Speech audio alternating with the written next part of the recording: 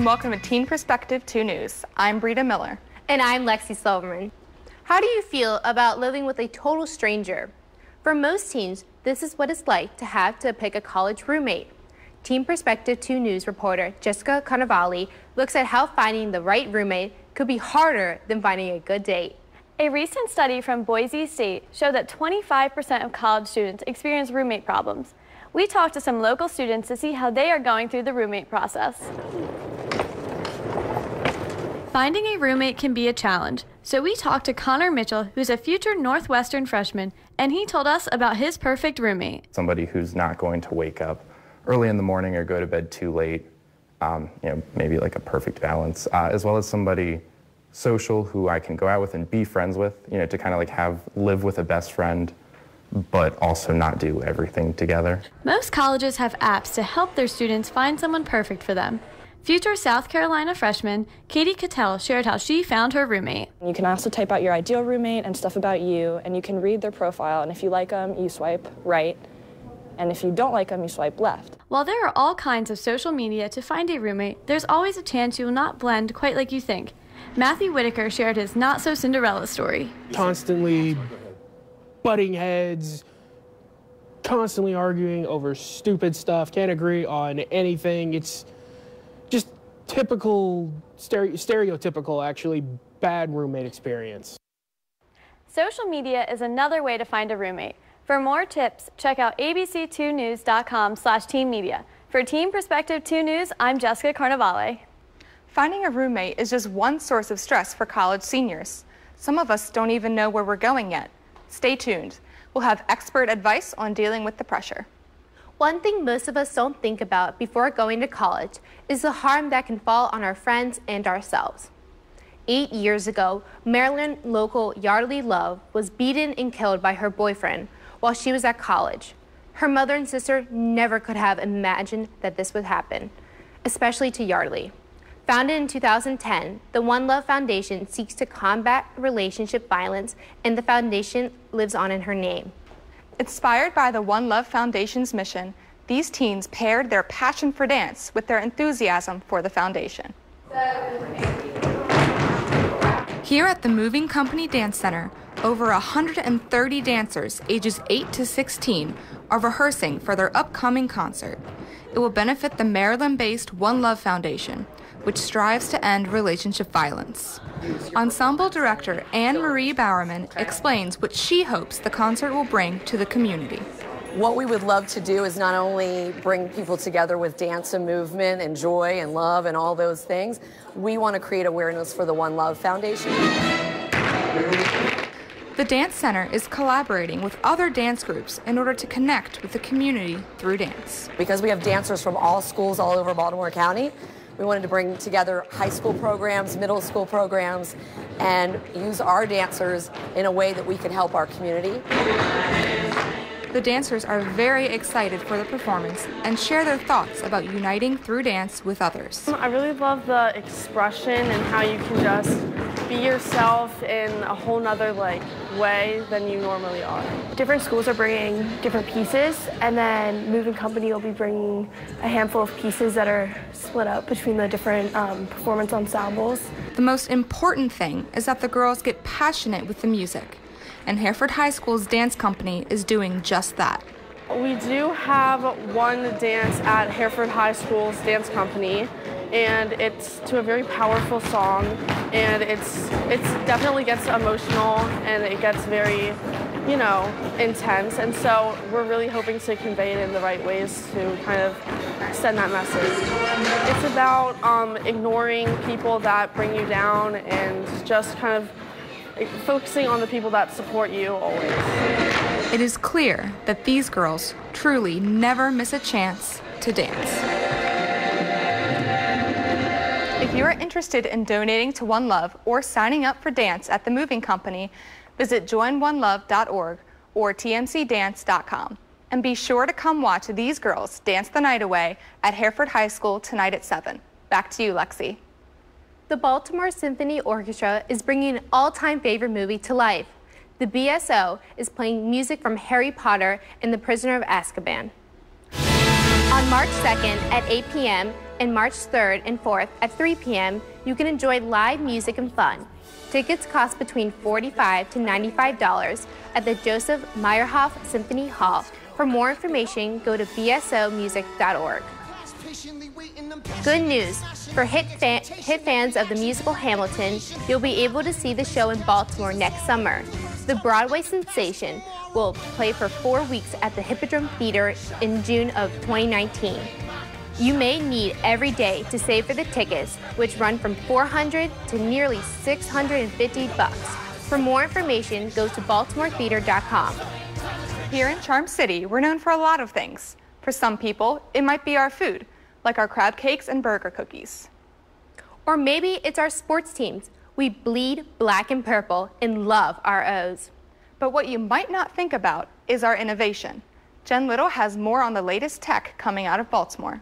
Thanks, Brita. I found 3 tech stories born in Baltimore that you can't miss. First, we have the Bad Batch Alert. It's an app that was developed by Baltimore City students to warn drug users of potentially deadly batches of heroin. Using data from the city health department, subscribers to the service receive text alerts when overdoses spike in their neighborhood. Creators hope that those who use the service will eventually seek help through the app. Hi. Next in tech, meet Kavita Krishnaswamy, a robotics researcher at UMBC who's working to help students with disabilities. But there's a catch. She's visiting campus using a robot herself.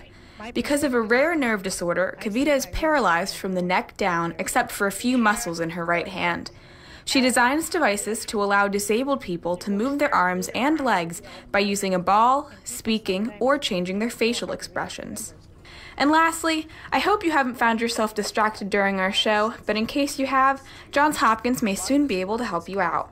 Researchers at the university are studying how to reduce distraction and help you focus by measuring brain waves. So far, they found that junk food is nearly twice as distracting as healthy alternatives. Now that's food for thought. For Teen Perspective 2 News, I'm Jen Little. Under Armour is known nationally for its sports gear, but the company is also helping a local basketball program. Teen Perspective 2 News reporter Connor Wells explains how this training experience is one of a kind.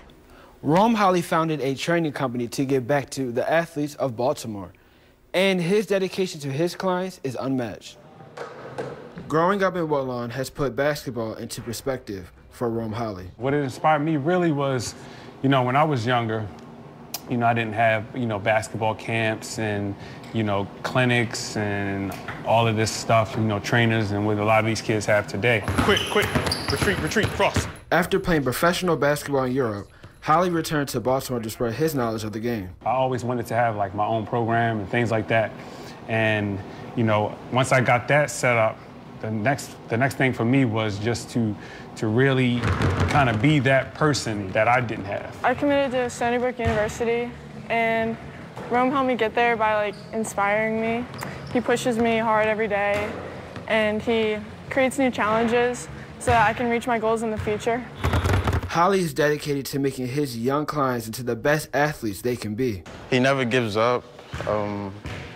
He never gives up on the game, and he never gives up on us. My mission for my athletes in New Level Basketball is for the kids to kind of just increase their basketball skills and gain confidence within themselves so, they can reach their goals. But Holley is not on this mission alone. He has partnered with a major brand in Baltimore, Under Armour. It was my opportunity to, partner up with a company that pretty much kind of did the things that I did and saw things the way I see them. So, they saw my vision and allowed me to, and gave me an opportunity to sign with them and kind of let my vision come to life a little bit more. So it's been great. Under Armour gives Holley access to training facilities and equipment as he hopes to expand his business beyond the United States. To learn more about Holley, go to ABC2 News/Teen Media. For Teen Perspective 2 News, I'm Connor Wallace. Snapchat's new update has some serious backlash on Twitter. Widespread changes to the layout of the app have people confused and frustrated. You'll see tweets like this from Jesse Camacho, quote, "Can we please have the old version back?" Snapchat CEO Evan Spiegel said the company was willing to risk unhappy customers for long-term benefits. User Nick Rumsey started a petition on change.org to undo the update. More than 1 million people have already signed the petition. To see the current numbers of unhappy customers, search Remove the New Snapchat Update. Teens are exceeding expectations with inventions that are changing the world. As Teen Perspective's Danielle Bishop explains, their passion for helping others has inspired them to create products that are already improving lives. Designing apps and conducting research. These teens are focusing on issues that they care about. Football players and their link to concussions have been all over the news in the past year. Luckily, 17-year-old Indrania Das has come across a new way to deal with these problems. After conducting a 3-year study on brain injuries, she was able to identify a potential major mechanism of neuron death, as well as a possible treatment method. She was presented the top award of $250,000 at the Regeneron Science Talent Search. Need to relax? Teen inventor Amanda Southworth can help you out. At just 15 years old, she invented an app called Anxiety Helper. This app is devoted to providing resources for people struggling with mental health issues. On a regular basis, she uploads self-care tips, words of encouragement, and other helpful advice. After her success of over 1,000 downloads, she invented another app called Verena that offers tools for people in the LGBT+ community who need help feeling safe and sound. Go Green is the latest app that could help you save the world. Invented by high school senior Anmal Parande, Go Green tracks your carbon footprint by just simply entering in information about how much energy you use and what sources. You also have the ability to compare yourself to people in other countries. This app that can be downloaded in just seconds can help reduce climate change forever. From Teen Perspective 2 News, I'm Danielle Bishop. Coming up on Teen Perspective 2 News, ever hear the name Kimi Meisner? She's a world champion Olympic skater from Maryland. The skating rink that trained her is now bringing up a new generation of Olympians. Going to college can be the most stressful time in our young adult lives. How do you deal with this stress? I'll talk to a psychologist to get their tricks and tips. And later, what was once a party for the daughter of the elite has turned into a celebration for any young girl coming into their own. More after the break. Welcome back to Teen Perspective 2 News. I'm Lexi Silverman. And I'm Brita Miller. On February 4th, the Philadelphia Eagles won the Super Bowl, but the day wasn't just for the birds. The first ever Dog Bowl aired before the big game, and Baltimore had a pup in the contest. Nanook, an 8-year-old Siberian Husky, represented the Baltimore Humane Society for Team Paws. Nanook's screen name paid off when after the game he was adopted and found his forever home. As the Winter Olympics come to a close, one local skating rink is expecting a surge in interest as people of all ages attempt the jumps and tricks that filled their TV screens in the last few weeks. Cadence Caranta introduces us to some of these aspiring skaters. At the Mount Washington skating rink, both beginners and experienced skaters alike venture onto the ice with their minds focused, their feet steady, and their eyes on future Olympic Games. 7-year-old Matthew Knight has high hopes. His dream? Go to the Olympics. He's one of the several skaters who don't just watch the Olympics on their TVs, but work towards appearing on these TVs themselves. When I was 10, I really started to I actually want to go somewhere with this. So I decided to start working a lot harder, and it's kind of taken up my life now. High school sophomore Katie Coster says that she skates 3 hours every day, leaving school early to get to the rink, and not getting home until 8 at night. It's hard, but I do get it done. Sometimes I do my homework in the car. They know that they have big shoes to fill. Years ago, world champion and Olympic figure skater Kimi Meisner was working toward her dreams at this very rink. Jennifer Knighton is the director of the Learn to Skate program. She says it was more than just jumps and turns that made Kimi Meisner stand out. Triple toe. What is so remarkable about her is just what a beautiful person she is. I've never seen her unkind to a competitor. And that is what they encourage in all of their programs. You want to learn how to skate, but sportsmanship and how to handle yourself and how to deal with not doing well at something is very important. Even Katie Coster says that her community at the rink is what got her where she is today. There's so many supportive people here, and my mom is really supportive, and she knows how much I love skating. And everybody here at this rink is really nice, so I think it would be a good family. Compassion and sportsmanship, the director believes, is how all aspiring athletes at Mount Washington will get to the Olympics. So really, the Olympics starts here. Inspired by Kimmy Meisner or other successful and aspiring Olympians, go to the Mount Washington Rink website at mwvsc.org to learn more about skating programs that are available to you. Maybe you could even be the next big Winter Olympian. For Team Perspective 2 News, I'm Cadence Caranta. Coming up, the college application process is a long and tiring one. Even worse is the stress of waiting for college acceptances. Not to worry, help is on the way to show you how to deal with the stress. You may have heard of quinceañeras or bat mitzvahs, but what about a cotillion? Learn how these girls feel about their coming-of-age party. Welcome back to Team Perspective 2 News. I'm Lexi Silverman. And I'm Brita Miller. Did you know how much time you spend on your phone? Do you know the things that you can do without your phone? Team Perspective 2 News' Morgan Clark tells us what productive things are taking place in Baltimore. According to a 2015 study from technology education nonprofit group Common Sense Media, teenagers spend up to 9 hours of their day on their cell phones. To combat this issue, I've come up with a list of 5 things that teenagers can do. First, be active. 1 out of every 6 children in the United States are obese. The NFL Play 60 is the National Football League's campaign to encourage kids to be active for 60 minutes a day to reverse this trend. A second option, get a job.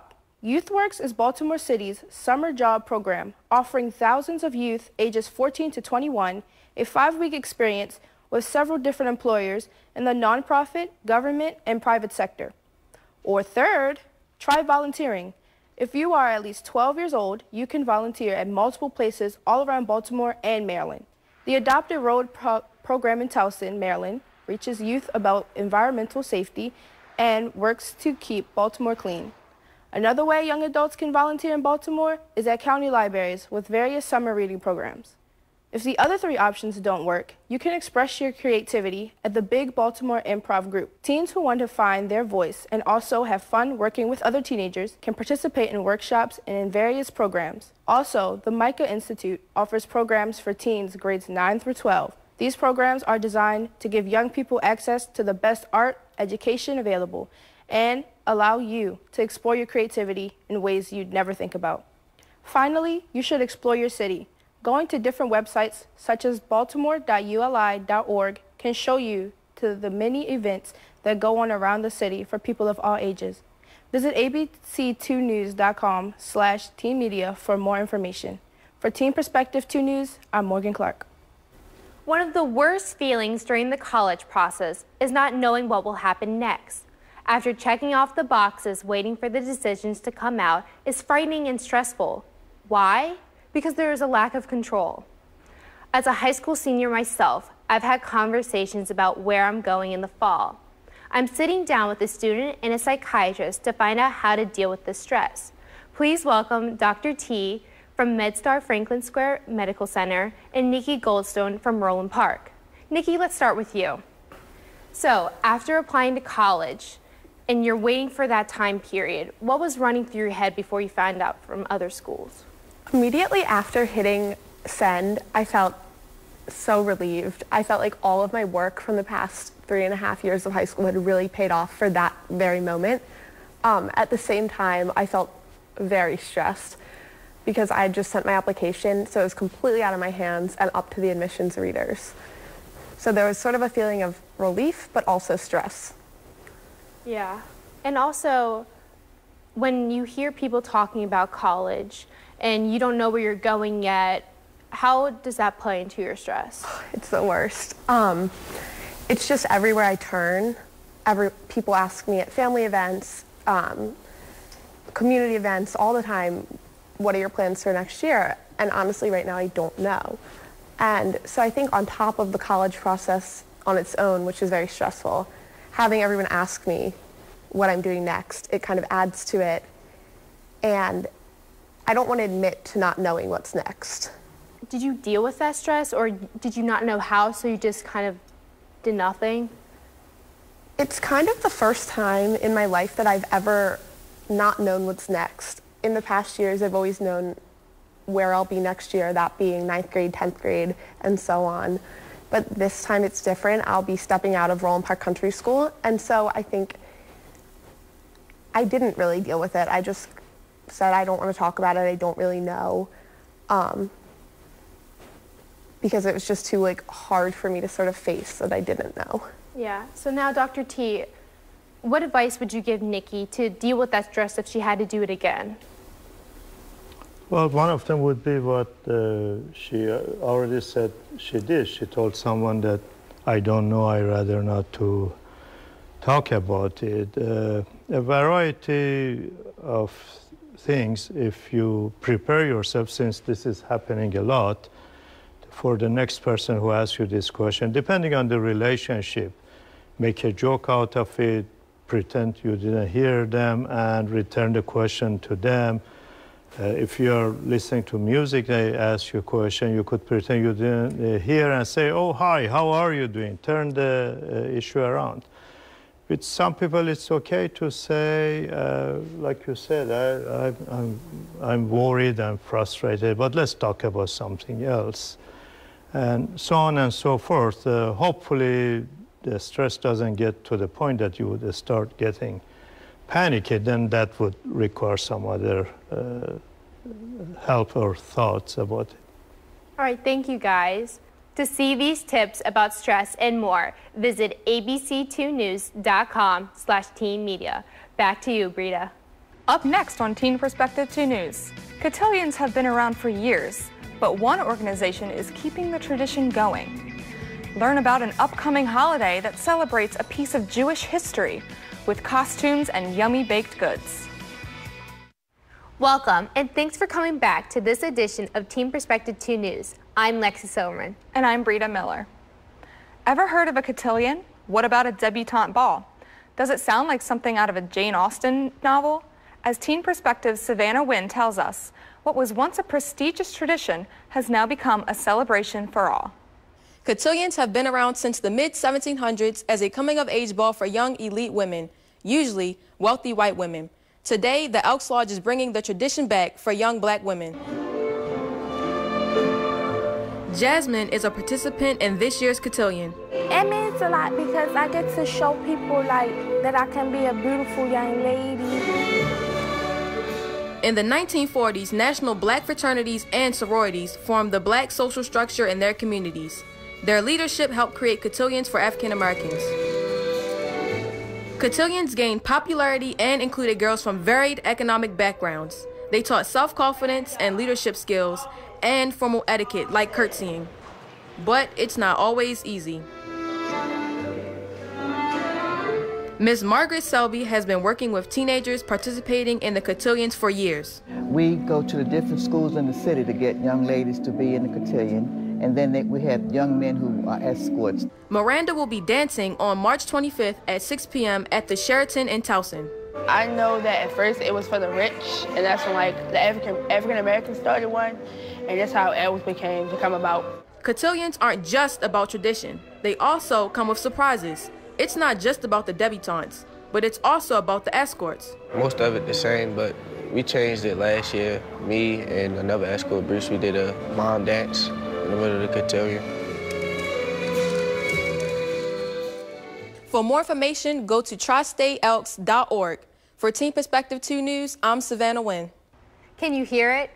It's the sound of millions of Jewish people around the world taking part in the fun and festive holiday of Purim. Starting on February 28th and ending on March 1st, you will see young children dressing up, much like Halloween, eating chomintations, a three-cornered pastry bursting with sweet fillings, and read the Megillah, the Book of Esther. Purim is the story of the villain, Haman, trying to unleash his diabolical scheme of killing all the Jews. But the new Jewish Queen Esther stops his plans and saves the day. Why a chomintation? Well, check out abc2news.com/teen media to learn the cool origin of the delicious dessert and get the recipe. Well, that's it for this edition of Teen Perspective 2 News. Thanks for watching and goodbye.